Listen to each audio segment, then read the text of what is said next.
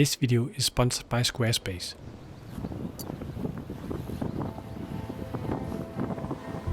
On the Arctic tundra in Canada, temperatures drop below -40 degrees Celsius in the winter. It requires extraordinary skills for the animals to survive. My mission to Ellesmere Island was to photograph the Arctic wolf and the other animals living in the Arctic, and then, in the perfect world, gather these experiences and these photographed to make a photo book. So what is special about the animals on Ellesmere Island?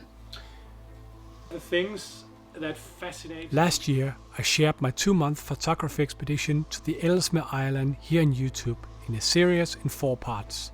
Now, it seems like it might get a new life in a television documentary. Nature photographer Morten Hilmer is in pursuit across this desolate ice terrain. It's more than an animal. I felt it was like chasing a ghost. He has come all the way from Denmark with a mission. I barely doubt to dare to say it, but I hope my dream will come true, the dream about seeing the white wolf. The team has been working hard on making the promo, and now we're just waiting for answers from various television companies, and I'm just really excited to see how it all goes, but only time can show.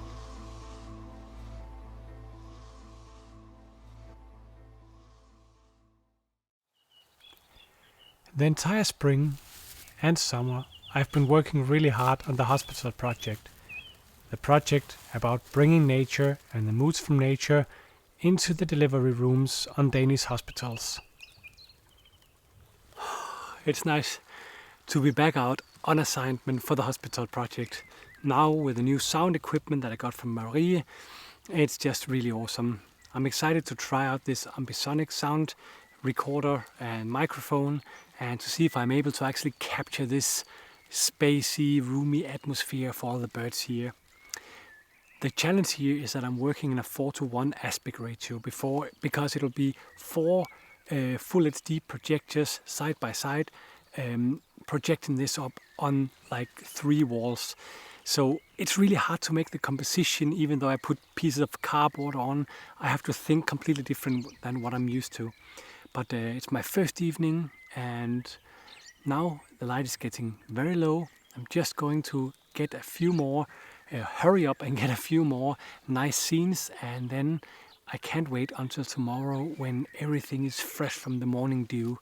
But yeah, I'll concentrate on the work.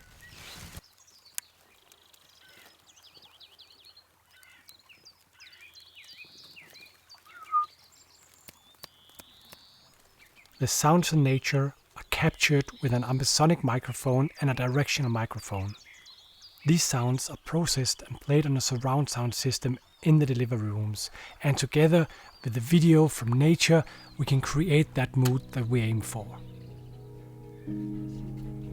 When I'm out on these assignments, I often spend a week out there, first of all to get in the right mood, but also because it's really practical, because I go very late to bed and I have to get very early up to capture the good light.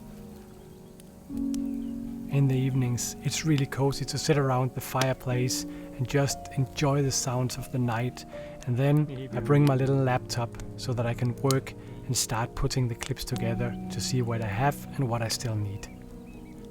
I'm now done filming for this summer, but I'll start again in the autumn. My deadline is December, and I can't wait to see the final result.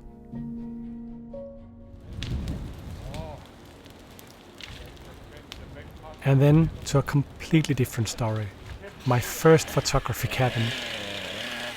This is where I started out nature and wildlife photography, and the little cabin has been almost forgotten for about 10 years, but that's over now.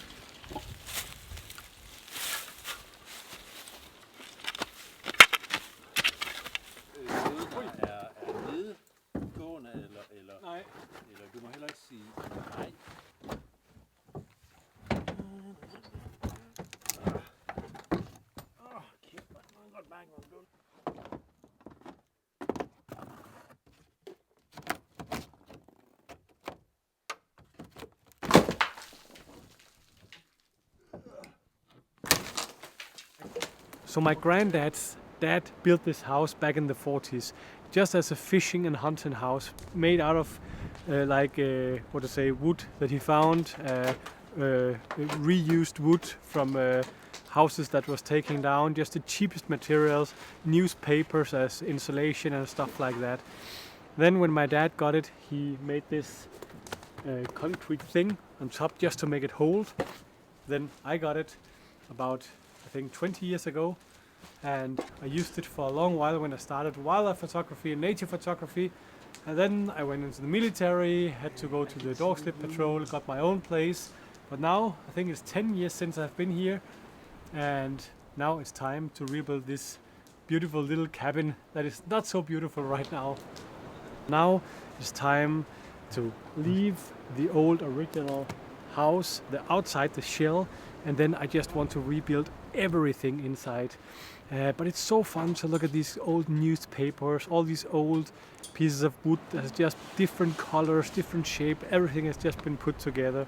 So I want to preserve the soul of the old house from my family and just make my touch inside, just to make it really cozy, so it can be a place that I go and use for my little base camp, my little cozy cabin, and do my photo trips from there. So I'm looking forward for the next month where this project is going on. Yeah, a month, that was at least my plan in the first place. But the project has changed a little bit, and my ambition, especially with the roof, has changed, but more about that later. If I'm a little disciplined and if there's not too many exciting adventures coming into my life, I will get the house done before winter hit Denmark. And there is a very good motivation, and that is the fact that my friend Paul, he has a hot tub outside his farm, and every day when we are done working, we go home and have a shower, and then we can just celebrate the day in the hot tub, in the warm water, talking about the day and enjoying a cold beer.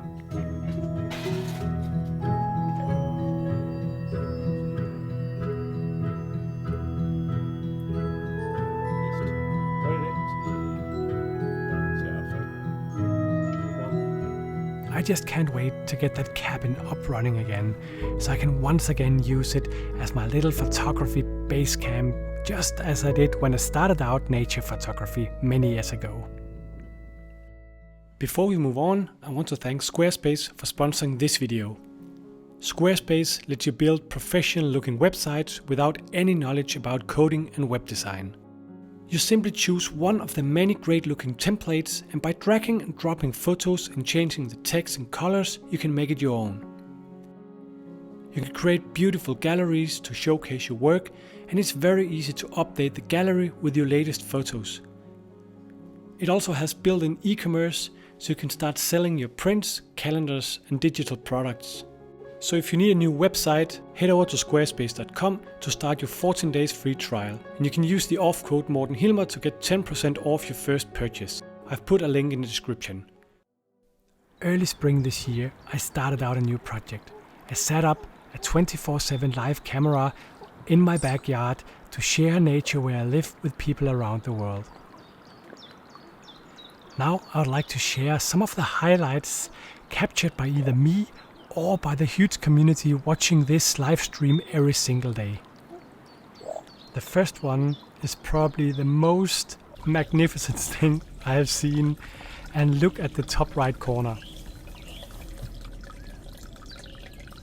That is the most crazy roll. Let's take it again. Look at the badger, how it arrived the scene. Like, I have never seen a badger rolling, and let's try to take it in slow motion. Try to watch it. I mean, that is just so crazy. He doesn't really seem to care. Another great thing, and that's lately. As you can see in the down left corner, about a little like 6:30 or something like that. Do you hear the sound?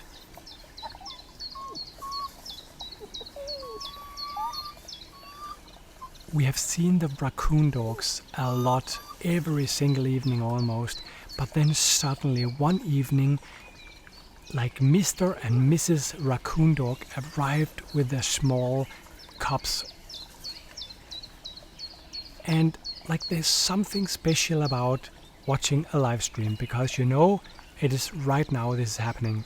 And when I'm here, I know that a few hundred meters from where I live, this is all going on. And for me, it is just like priceless knowledge to get. Not only do I really enjoy watching these animals, but I also feel I learn a lot from them.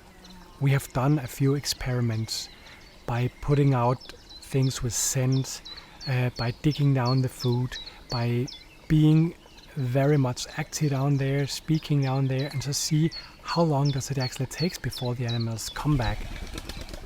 And like, I mean, look at this. I feel it's awesome to being able to watch nature without disturbing and without they know that we are there. And then the raccoon dogs leave, and you can see about 10 minutes later, look who's showing up to the left from the tree, the red fox. The red fox is almost there every day and every night. And the reason why they come is because I put out a few snacks, enough for attracting the wildlife, but not enough to disturb, the behavior when they go to search food.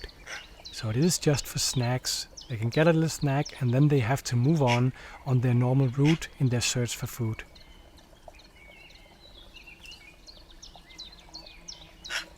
One thing I have learned by observing the animals in this live stream is the fact that they are not so afraid of each other. Like, I would never have thought that a fox and a pheasant could actually eat close to each other. And from the background to the foreground here is around 4.5 meters. And try to look on this next clip. I did not expect this. Fox is eating next to the tree, and a pheasant is just careless walking into the frame. And again, it's around 4.5 meters, maybe 5 meters between the two.